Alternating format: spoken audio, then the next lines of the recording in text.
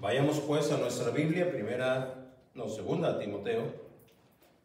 Abriremos el capítulo 3 esta tarde. ¿Nos puedes ayudar cerrando la puerta, Carla, por favor?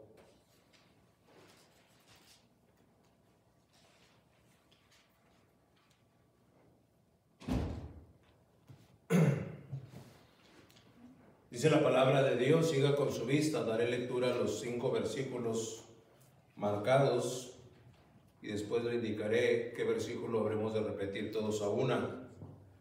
Dice la palabra de Dios en 2 Timoteo, capítulo 3, versículo 1.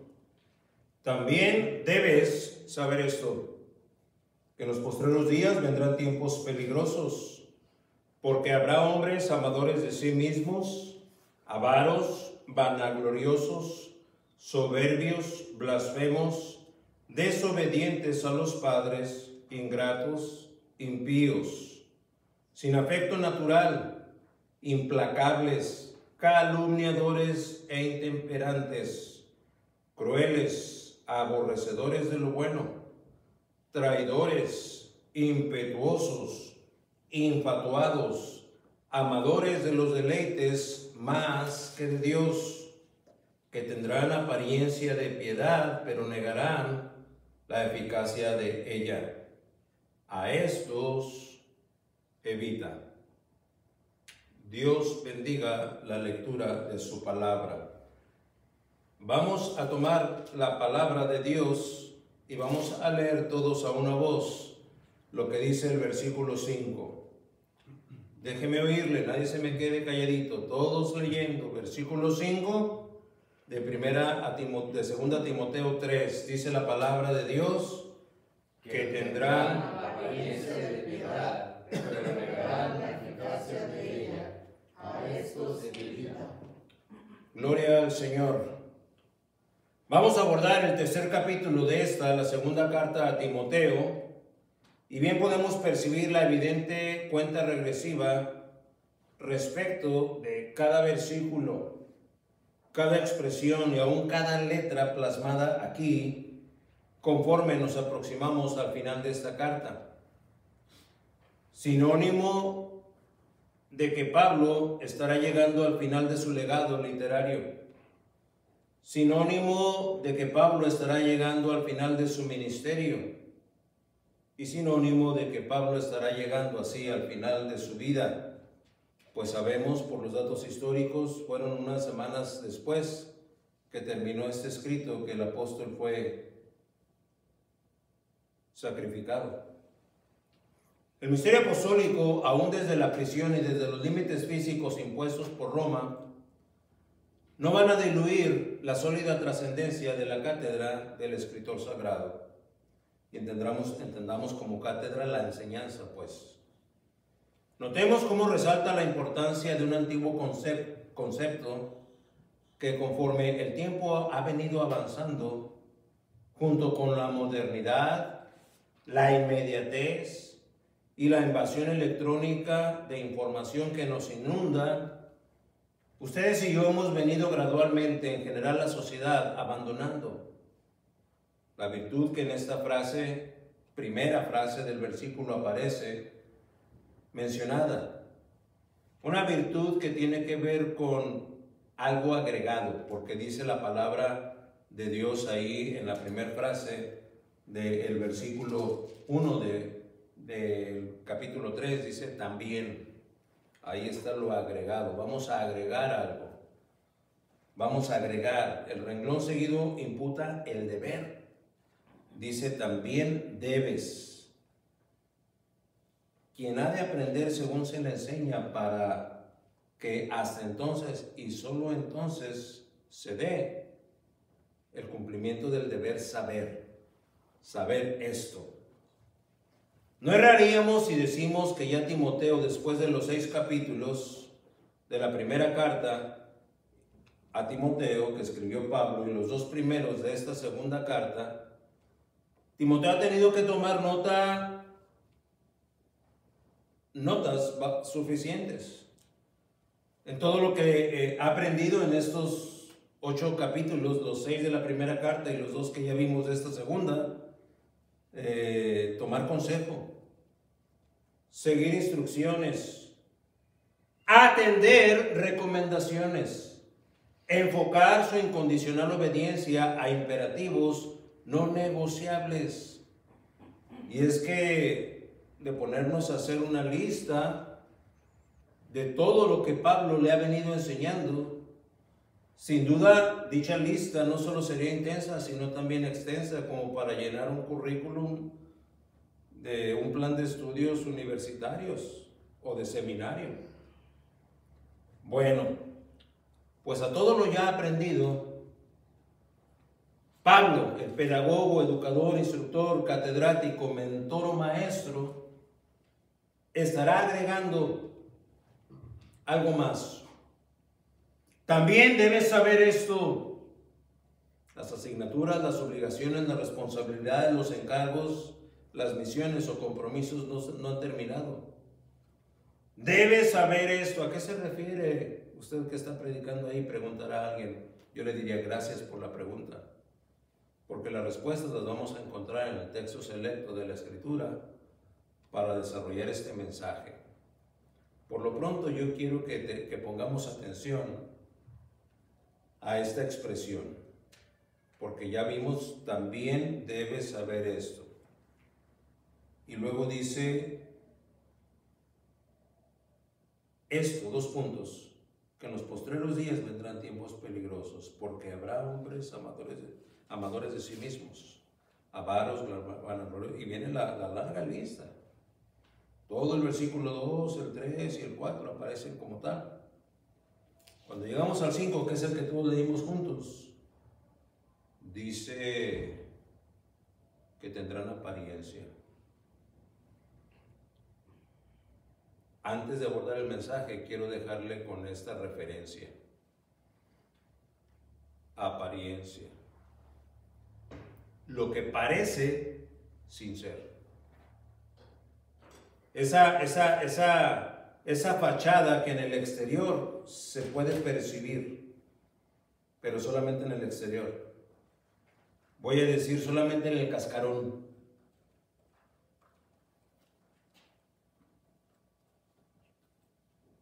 Apariencia. Tendrán apariencia, pero van a negar la eficacia, porque solamente es apariencia. Y vamos a tratar de digerir lo que Pablo está queriéndole enseñar a Timoteo, anticipando que el Espíritu Santo tenga bien revelárnoslo a cada uno según nuestra necesidad.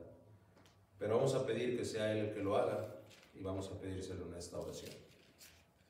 Señor y Padre nuestro, a la hora de predicar tu mensaje, tu palabra, ruego porque tu Espíritu Santo, Señor, tome control tanto de mis labios como de los oídos de cada uno aquí y los oídos de cada uno que tal vez posteriormente escuchará este mensaje en las plataformas de donde se retransmite.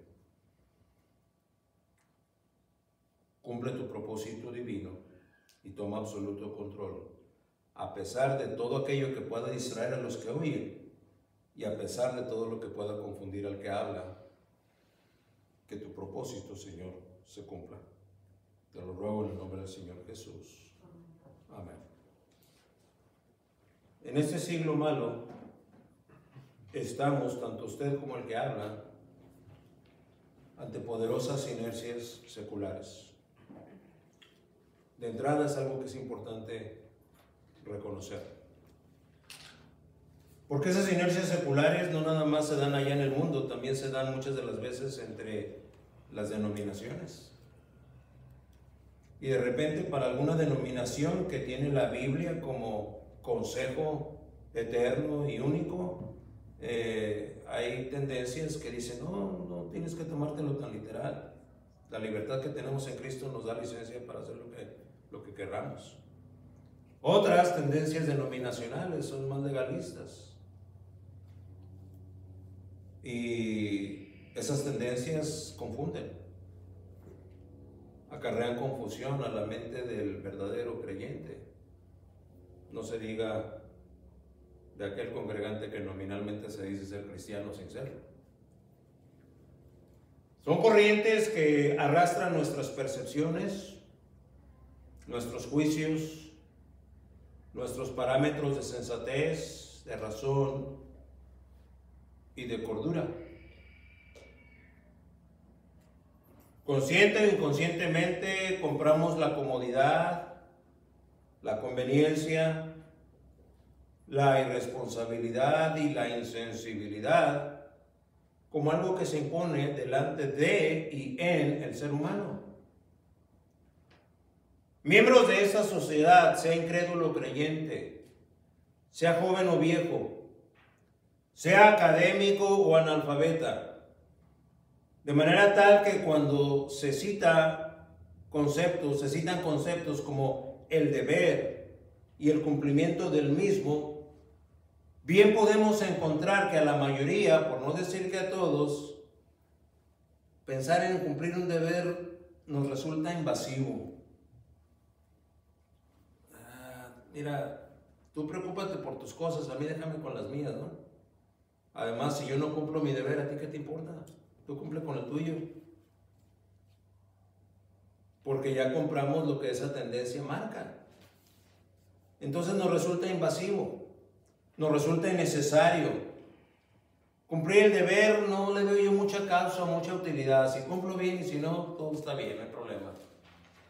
Una manera displicente de considerar la responsabilidad que como creyentes tenemos delante de Dios, y que en esta tarde Dios es específico cuando nos habla de un deber. La Biblia, que es la palabra de Dios, es revelación de Dios para que el hombre sepa, llegue a saber, se entere, sea apercibido, se le avise o se le notifique a través de la revelación de la palabra de Dios. ¿Y qué es lo que va a saber o de qué va a ser apercibido? Bueno, de Dios y de todo lo inherente a Él. Su ministerio, sus atributos, sus preceptos, sus mandamientos, sus propósitos, sus juicios, sus ordenanzas, sus mandamientos, sus promesas, su poder, su soberanía, su hermosura, su celo, su amor, su santa ira.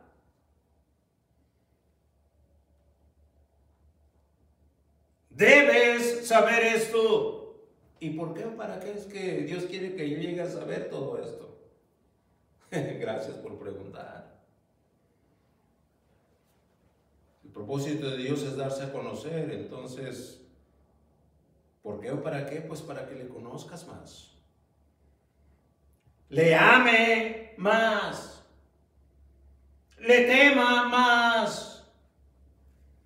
Le obedezca más.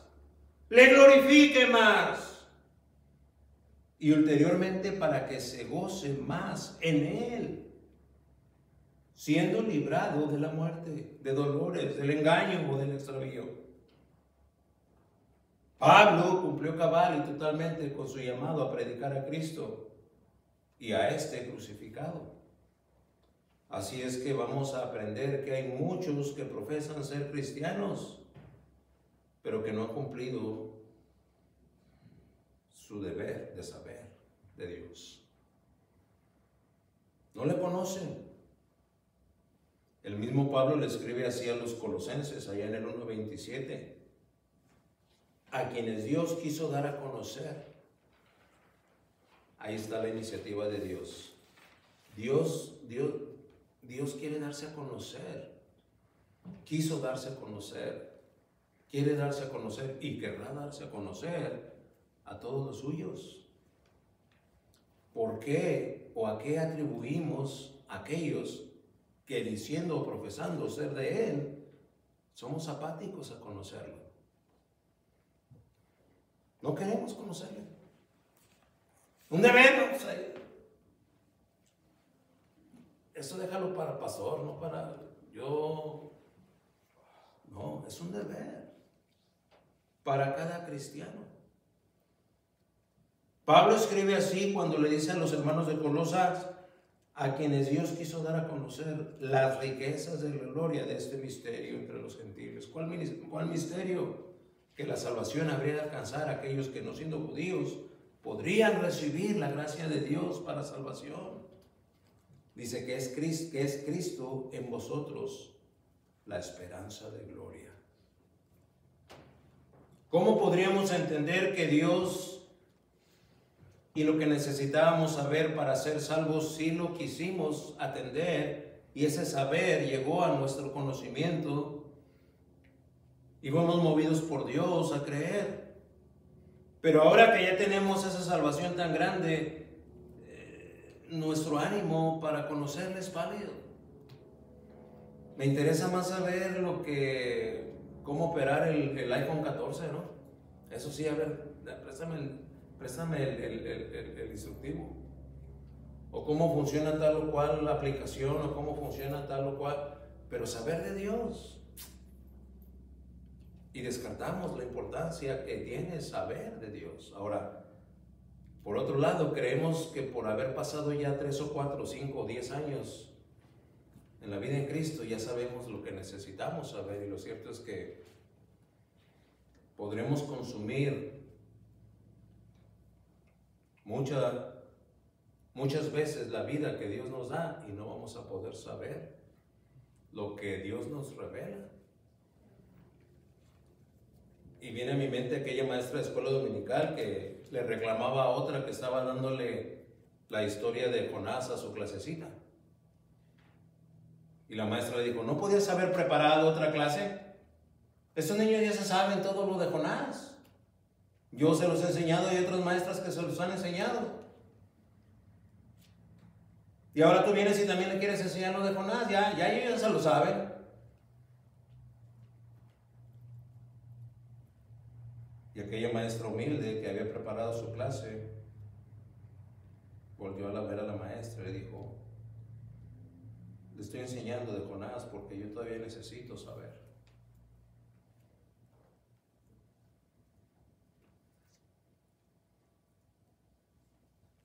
¿Usted sabía, por ejemplo, que Jonás no fue llamado a predicar salvación?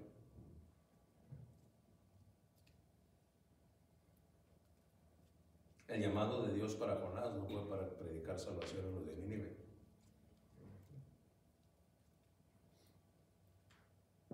Fue llamado a predicar destrucción si no le rebajaban un poquito a su maldad. Pero aquella maestra creía que ya sabían todo lo de Jonás, y ese día tuvieron que aprender algo.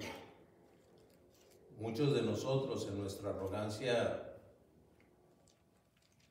ministerial, creemos que sabemos. No, a mí no me digas esto, a mí no me digas de aquello, esto ya lo sé, esto ya lo sé. De veras, ¿has cumplido de veras cabalmente con el deber de saber?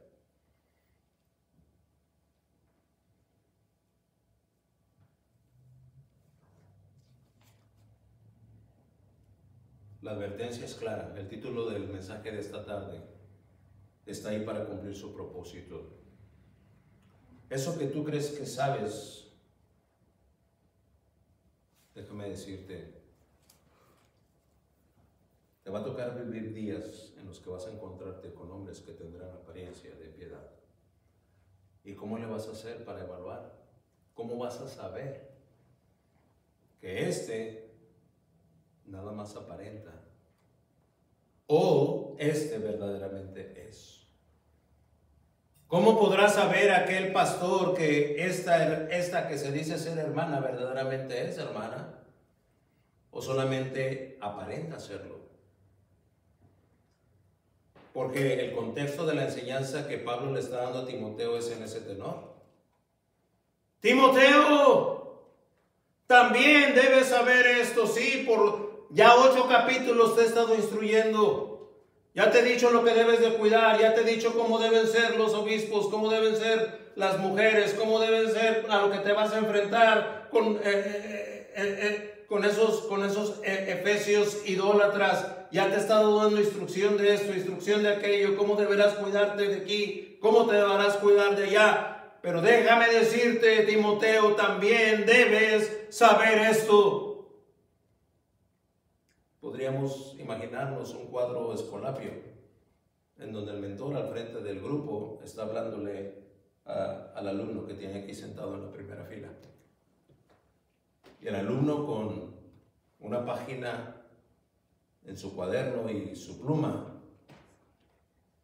atiende. Cuando su maestro le dice: Timoteo, de todo lo que te estaba enseñando, déjame decirte, hay algo más que debes saber. Es tu deber saber esto.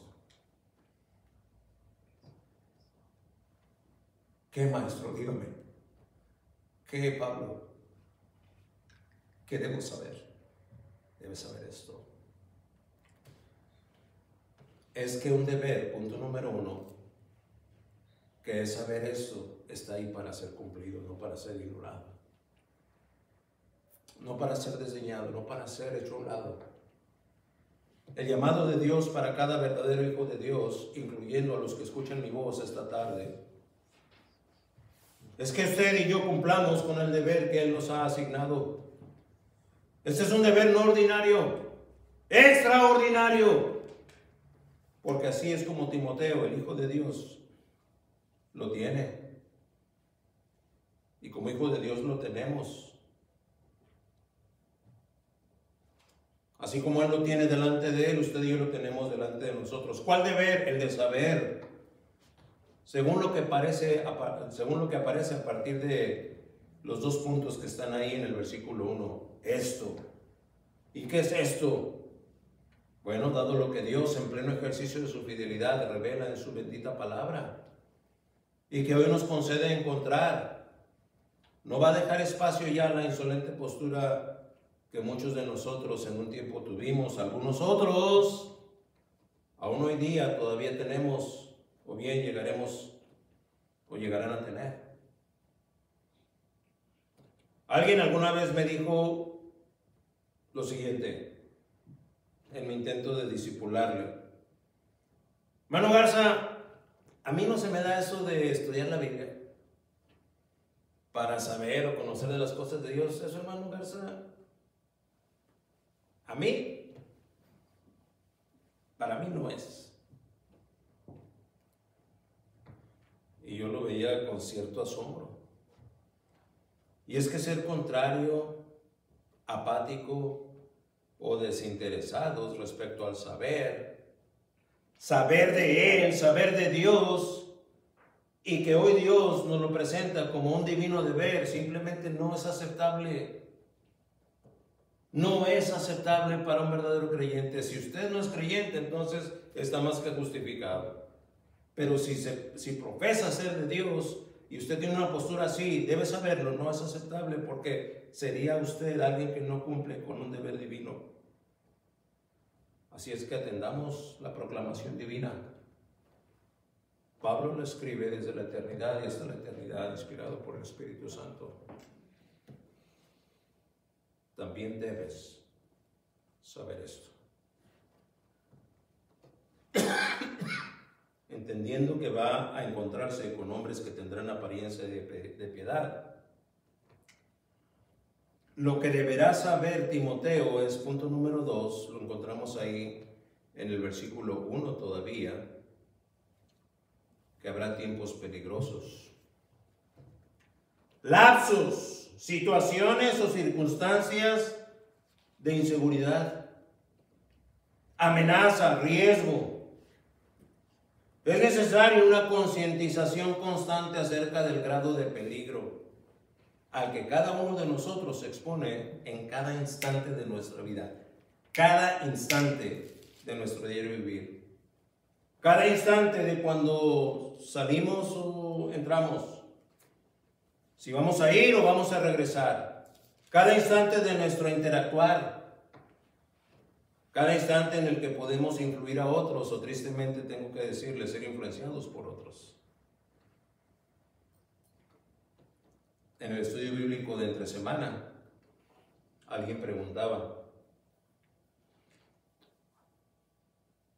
¿de veras tengo yo que cuidarme de reacomodar en mi vida amistades con alguien como, y describía una amistad que que tiene.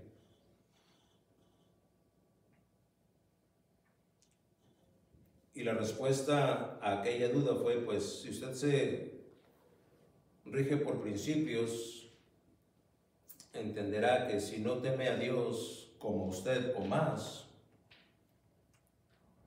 va a haber un momento, un parpadeo en el cual habrá una expresión que le va a afectar a usted. Seguir procurando ese rapport, ese trato, dará espacio a la amistad para que cuando menos se dé cuenta usted esté comprometida o comprometido. Y dado que está comprometido, tendrá que llegar a esa encrucijada en la que tendrá que decirle no a Dios por darle un sí a esta amistad. Ese es el peligro de estos tiempos. Por eso digo, estemos conscientes acerca del constante peligro al que cada uno de nosotros nos exponemos en cada instante de nuestra vida, de nuestro diario vivir. Entrar, salir, ir, regresar, interactuar, influir o ser influidos por otros. Podríamos decir que otra manera de identificar esos tiempos peligrosos en la Biblia es cuando la Biblia misma los describe como los postreros, los últimos. Allá en 1 de Juan 2:18, hijitos, ya es el último tiempo. Y según vosotros oísteis que el anticristo viene, así ahora han surgido muchos anticristos. Por esto conocemos que es el último tiempo. Un anticristo, si bien es cierto, es un personaje que aparecerá, así como el falso profeta y como la bestia. Cuando Juan aquí advierte a los hermanos respecto de los anticristos, han surgido muchos anticristos, dice, pues es todo lo que se opone a Cristo. Y si nosotros nos detenemos a meditar un poco, entenderemos que alguien que es anticristo no es necesariamente un demonio con cuernos y una lengua larga y unas orejas puntiagudas y rabo de vaca y pata de chivo. No estamos hablando de esa caricatura del diablo. Un anticristo es todo aquel que se opone a Cristo. Anticristo es en contra de Cristo. ¿Usted alguna vez ha oído que alguien le diga a usted: ¿y por qué tienes que ir a pasar todos los domingos ahí en la iglesia? ¿En qué te afecta si no vas? Bueno, es que es mi tiempo de comunión con el cuerpo de Cristo. Hombre, no vayas ahora, quédate. Es un anticristo. Está en contra de Cristo. Está en contra de Cristo. ¿Tiene usted, hermana, una amiga que dice: pues yo, eso de sujetarme a mi esposo, perdóname, pero discúlpame, yo por eso estoy soltera, mira, porque los dos esposos que tuve y el tercero que me andaba pretendiendo, que no llegó a ser mi esposo, de plano los puse de patitas en la calle, porque yo sujetarme a mi esposo, ahí sí no. Anticristo. Anticristo. Anticristo. Vienes al conocimiento de alguien que en un momento dado te dice: oye, pues vamos, hombre, es una cerveza que te va a afectar. Y luego las meseras ahí están simpaticonas, hombre. ¿Con que no vayamos a echar una? ¿Que no te acuerdas cuando íbamos? Mira, la verdad es que yo quiero servir los preceptos de Dios y no voy a contaminar mi cuerpo así. ¿En qué te afecta, hombre? Anticristo. Anticristo. Esos son los tiempos peligrosos. Por testimonios como este versículo en la 1 de Juan, podemos asegurar que los tiempos postreros o los últimos tiempos no son los inmediatamente previos a la segunda venida del Señor. ¡No! Ya en el siglo I después de Cristo, que es donde encontramos las cartas de Juan, por allá por el 90 después de Cristo, se contaban los tiempos como postreros, dado que ya se anunciaba la inminente aparición de muchos anticristos. ¿Alguna vez usted ha considerado que estamos viviendo tiempos peligrosos? No tenemos que andar ahí como surfeando sobre las olas de esta humanidad y de este tiempo postmilenial, hablando del concepto de millennials que hay ahorita en nuestro alrededor, ¿no? Los generación X, Y, Z, W y los millennials y los postmillennials y no sé cuántos hay ahí. Tiempos peligrosos. Es deber del cristiano saber esto. ¿Por qué? Porque son tiempos peligrosos. En este entorno es donde va a haber aquellos que tengan apariencia de piedad. Aquellos que, ¿qué importa que yo traiga siendo hombre el pelo largo y tatuajes en los brazos y en la cara? No hay problema. Tendrán apariencia. Parecerá que se es popular y que se es aceptado. Apariencia. Cuando la palabra de Dios sigue instruyendo a Timoteo, encontramos el versículo 2, punto número 3 del bosquejo. En esos postreros tiempos, debes saber que también va a haber hombres ingratos e impíos, que tendrán apariencia de piedad. El ego es la asignatura de identificación que Pablo tiene como centro de su advertencia. Sin establecer una secuencia organizada de las características que acaba de enlistar, podemos distinguir tres grupos con sus correspondientes cabezas de serie. Porque ya le dije, son tres versículos que parecen metralladora, ¿no? De las características en el hombre de pecado. Pero todas estas listas se podrían clasificar en tres grupos. Primero vamos a ver egoísmo, hombres ingratos e impíos. Tendrán apariencia de piedad, pero serán egoístas. Tendrán apariencia de piedad, pero van a despreciar a Dios, teniendo apariencia de piedad. Y teniendo apariencia de piedad también van a traicionar lo que saben o aquello que se les pretende enseñar y ellos enseñan. Egoísmo, desprecio y traición. La interacción de nuestra sociedad impone en este siglo malo aquello que nos expone a la influencia diabólica de la ingratitud y la impiedad. El ministerio del apóstol es que su amado consiervo sepa y así esté apercibido de ese hombre natural, que si nos apoyásemos en la versión de 1609,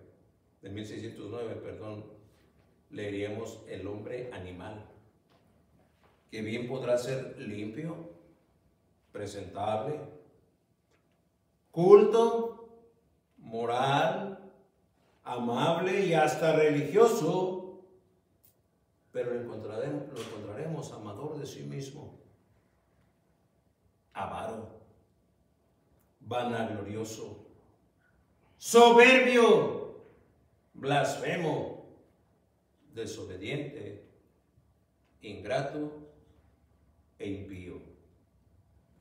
Al ser amador de sí mismo, y yo sé que algunos de nosotros conocemos a algunos que son así, y qué bueno que lo podamos conocer para prever que nosotros llegamos a ser algo así. Pero hay algunos que en el ámbito de la lista de predicadores que hay, se atribuyen ciertas virtudes a sí mismos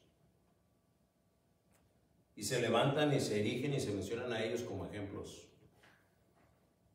Deberías hacer lo que yo hago para que tengas una congregación como la que yo tengo. Basura. ¿Se da cuenta usted de la blasfemia? Y en este círculo denominacional de los que algunos venimos, se practica mucho eso.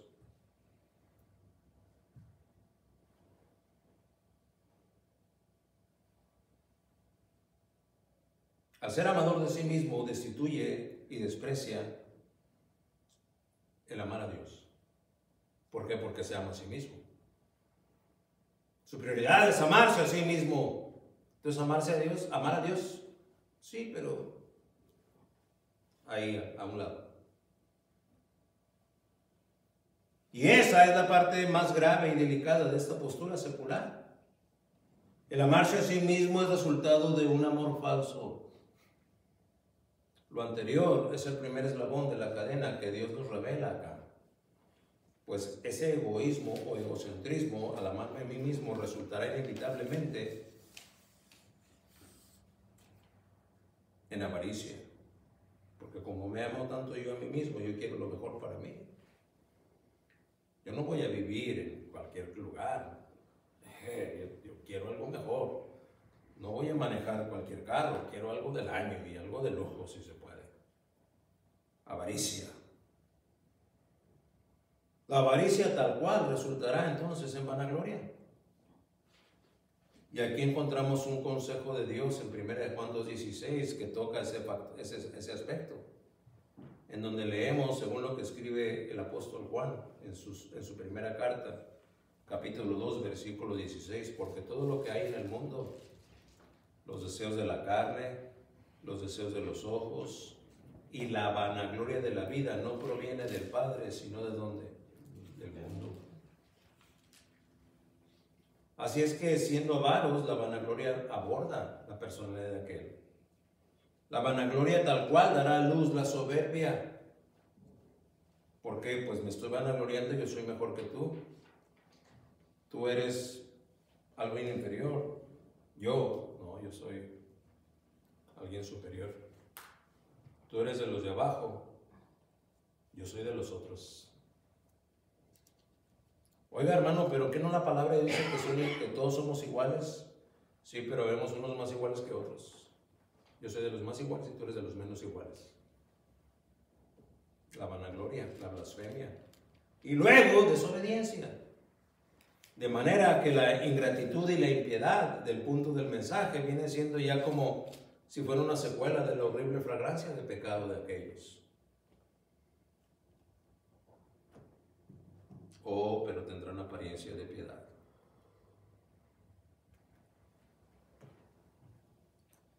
Estamos exactamente en el punto número 3, que es la mitad de los puntos que veremos. Cuando Pablo está advirtiendo a Timoteo es precisamente como una medida de precaución. Debes saber esto.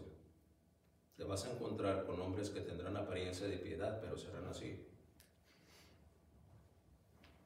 La multiforme gracia de Dios da espacio a este siervo que está hablando delante de ustedes para preguntarle: ¿usted tiene cuidado de estos tiempos peligrosos, donde hay hombres amadores de sí mismos, que son ingratos e impíos?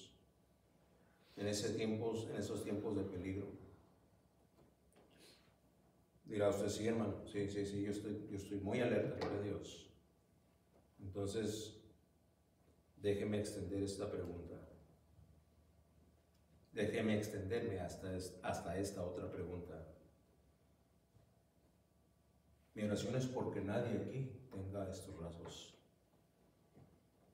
¿Usted los tiene? Debe ser una asignatura pendiente, si su respuesta fuese afirmativa. Tendrán apariencia de piedad. Punto número 4, llegamos al versículo 3, en donde la característica que resalta es que serán aborrecedores de lo bueno. En este versículo 3 empieza con una frase descriptiva: sin afecto natural. Sin afecto natural. Se oye suavecito porque cuando encontramos la palabra en el original, la palabra astorgoi quiere decir sin entrañas. Sin afecto natural, sin entrañas. Mala entraña, pues, sin entrañas. encabezando la segunda serie que decíamos entre las tres, los egocéntricos o egoístas, luego vienen los que desprecian. Desprecian aquello que verdaderamente es bueno. Y también es un pasaje que abordábamos el miércoles en el estudio bíblico. Isaías 5:20, ese famoso capítulo 5 de la profecía de Isaías, en la que se describen varias circunstancias que producen dolor. Un dolor que se expresa con el apócope de ¡ay! ¡Ay! Para decir, duele, esto duele. Bueno, dice, ¡ay! De los que a lo bueno dicen malo. Perdón, a lo malo dicen bueno. Y a lo bueno malo desprecian. Que hacen de la luz tinieblas y de las tinieblas luz.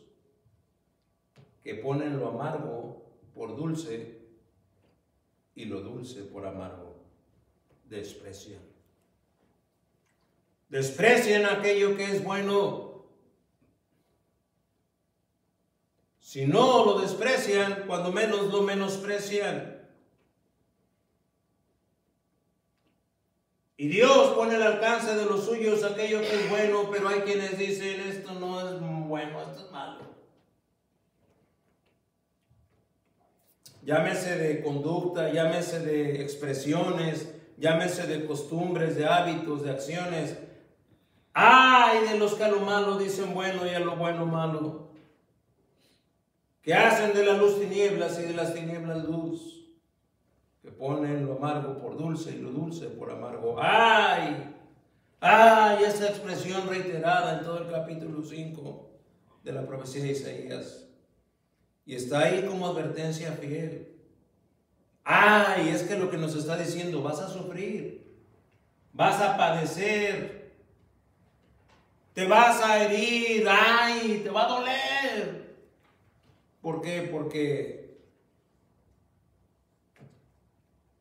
eres quien aborrece lo bueno. O procuras a los que aborrecen lo bueno.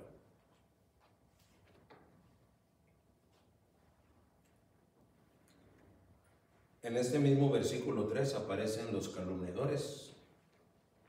Y ya lo aprendimos antes, esta palabra en el original es la palabra diablo,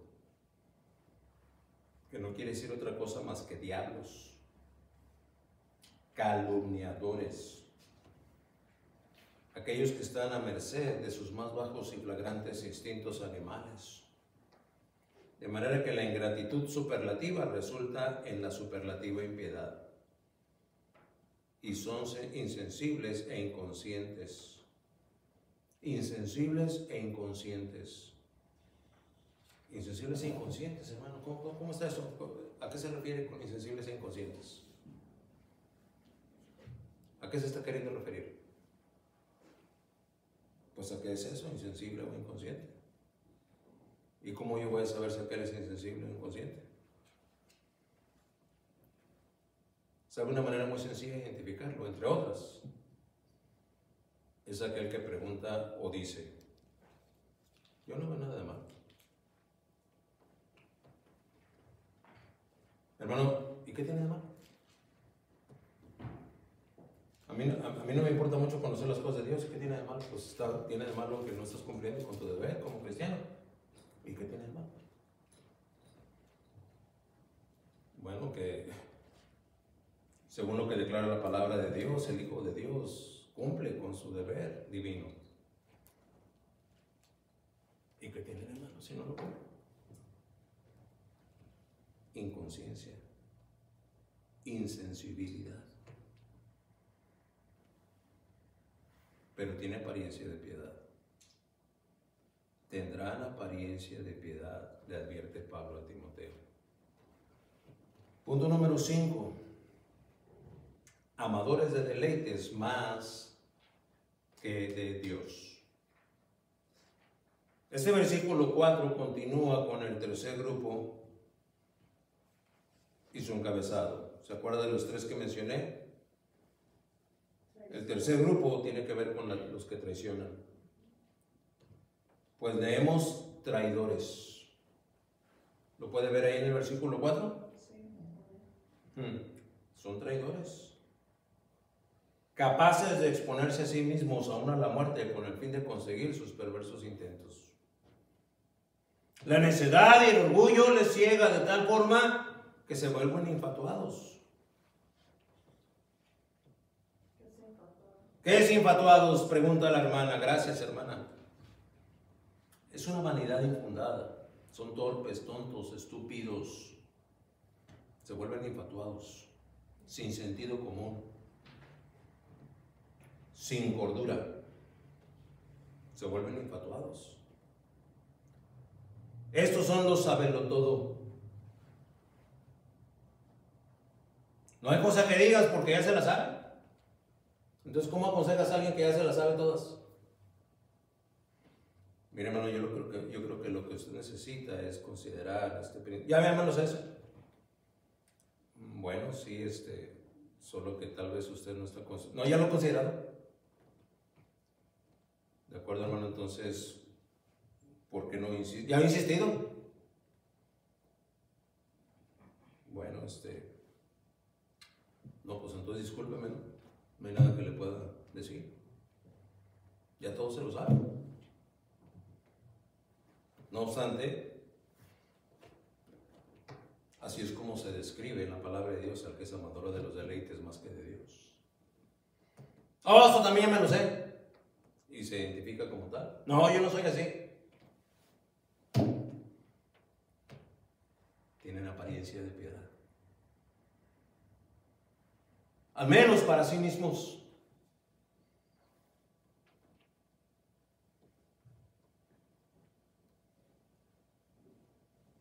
En ese versículo 4 leemos que se mencionan ahí los deleites y refieren inequívocamente a un placer pero erotizado, es decir, un deleite sexual, un placer sexual. La palabra que en esta traducción, en la Reina Valera, leemos como amadores de deleites, según el original, varía. Si la traducción fuera más fiel, diría amigos de placeres. Amigos de placeres más que amigos de Dios. Y ahí está un comparativo que nos revela una postura preferencial.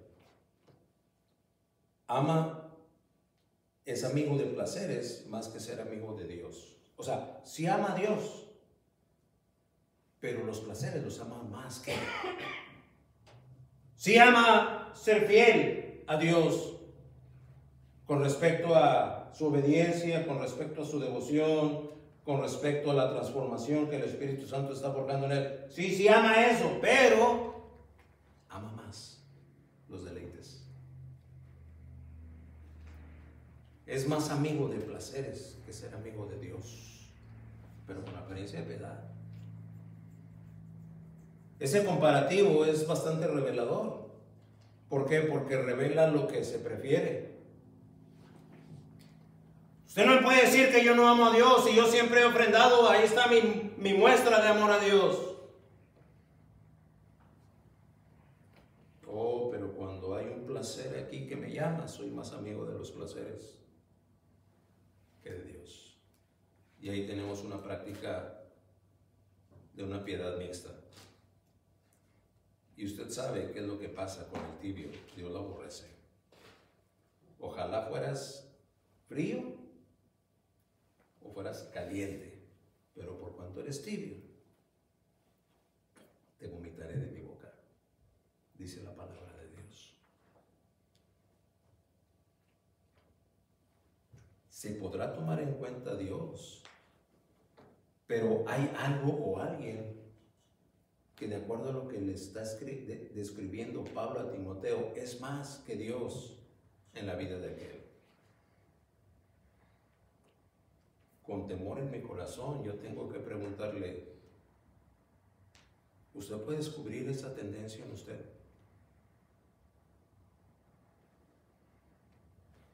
Mire, que hay que responder esa pregunta.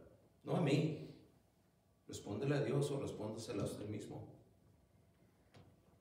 Porque en eso consiste ser amadores de deleites más que de Dios. Punto número 6 y último. Tendrán apariencia de piedad. Después de haber pasado toda esta lista,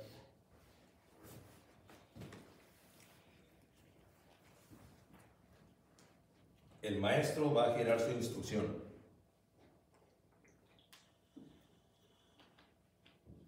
Ya te di suficientes referencias para que los identifiques. Ahora déjame decirte qué hacer con ellos si los encuentras. Si de repente vienen a tu iglesia, Timoteo, si los ves entrar por la puerta de esta iglesia a la que yo tanto amo ahí en Éfeso, tienes suficientes referencias cardinales para decir: estos vienen con apariencia de piedad. Lo que vas a tener que hacer con estos, en ese punto número 6, es claro. A estos evita.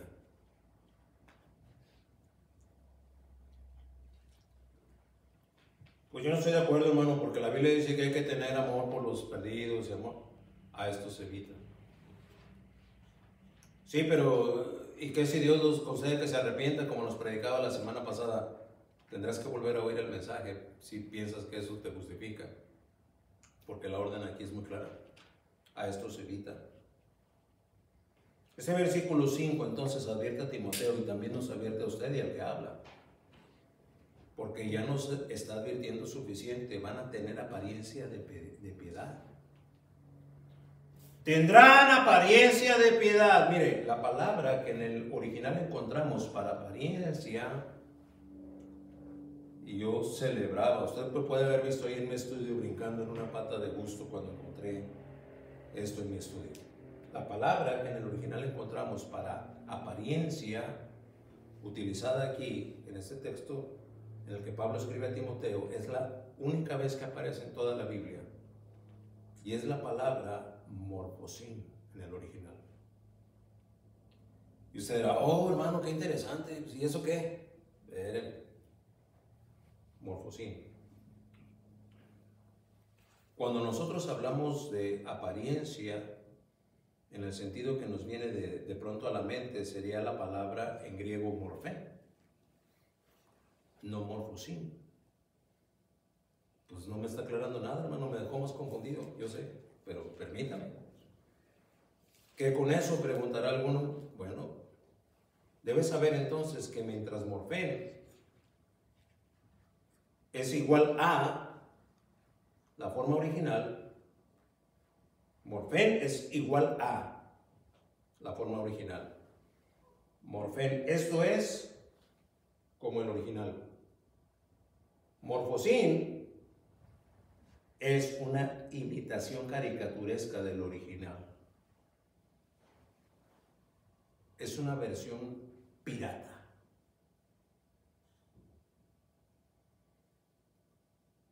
Morfosim. Morfosim.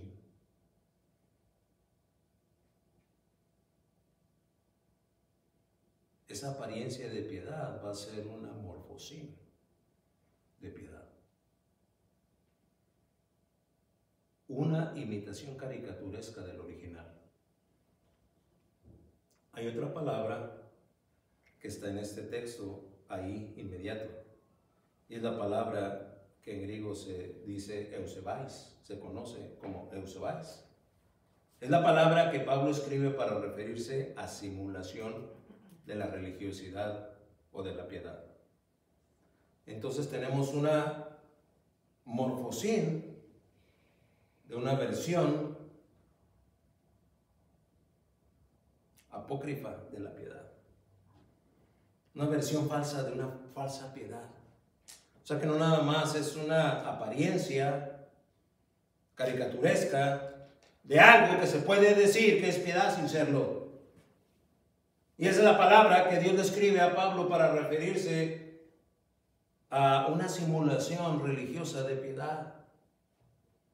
mientras que la verdadera piedad contiene un dinamismo sobrenatural que se proyecta en manifestaciones genuinas de amor a Dios, de respeto y lealtad al prójimo, de obediencia a Dios y a sus preceptos y de dominio propio sobre su carnalidad, siendo morfosíneos sebáis, lo que caracteriza a estos impostores de la fe. Se puede ver en ellos o en ellas a manera del déficit de la verdadera piedad. Por consecuencia, entonces, no va a haber eficacia en ella, pues es presunta esa piedad. Por eso dice, negarán la eficacia de ella. ¿Y qué es eficacia? La capacidad para obrar y conseguir un resultado determinado, con el consumo mínimo de esfuerzo o trabajo. El resultado, entonces, de quienes tendrán apariencia de piedad.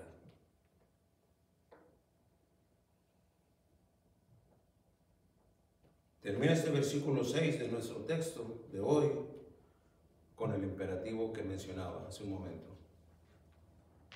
Un imperativo que es notable y que no podemos, no tenemos manera de darle la vuelta, ni hay justificación que pueda alcanzar para no obedecerlo tal cual se nos presenta. Y un imperativo notable refiere a estos, a los que tienen apariencia de piedad. ¿A cuáles? A los morfosíneos sebáis. Evita. ¡Evita! No nos dice a estos tolera, tampoco nos dice a estos considéralos, no. Tampoco nos dice a estos justifícalos. Y para evitar cualquier confusión, tampoco nos dice a estos invita, no. 1000 veces no. A estos evita. Eso sí lo dice. Hay que evitarlos. En caso de que usted no sepa qué quiere decir evita, es evadir. Huir con urgencia, escapar, esquivarles. Me quedé yo pensando de esas situaciones que vecinalmente se dan allá mucho en el sur, ¿no? Vas caminando por una acera de la cuadra, te bajaste del camión en la esquina y vas caminando por la acera de la cuadra. Y ves que de allá para acá viene un vecino que siempre ha sido medio odioso, ¿no? Y aunque tú vives por esa acera, te cruzas a la acera de enfrente. Estás evitándolo. Y eso lo haces tú antes de que aquel lo haga, porque a lo mejor aquel te gana, ¿no? Vas tú caminando muy campante y ya estás diciendo, oh, ahí viene, ahorita me voy a cruzar. Y en eso ves y ya se cruzó el agua, pues ya sigues tú caminando. No dice tolera, ni tampoco dice considera o justifica. Dice evita. Eso sí lo dice. Tendrán apariencia de piedad. Ya terminé. Usted acá, ¿vive en la piedad o vive solo en la apariencia?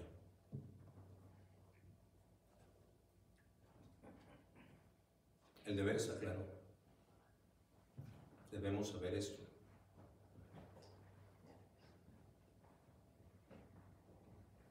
Y el llamado es claro acá, hay que cumplir con ese deber.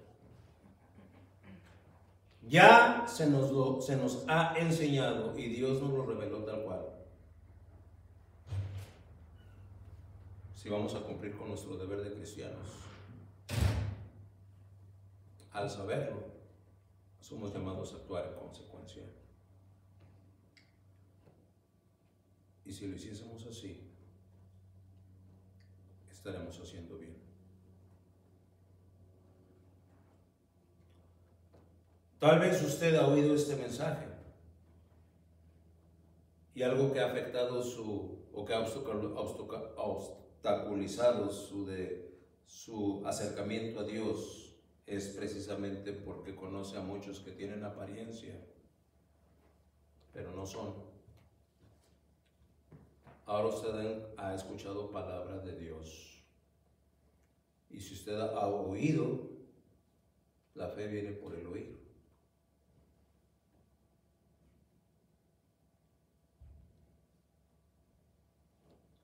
Y oír las verdades de la palabra de Dios le puede dar la fe para creer. Si ese fue el caso de usted, entonces dé el paso y crea. El Espíritu Santo ha estado obrando en usted. Y así es como dará paso a su arrepentimiento y a su creer para salvación y vida eterna. Como verdadero hijo de Dios, preguntémonos si no tenemos más apariencia de piedad que piedad verdadera. Y si en algún grado ese fuese el caso, saber lo que se nos ha enseñado hoy y más es a lo que Dios nos llama. Responder a ese llamado es hacer las cosas bien.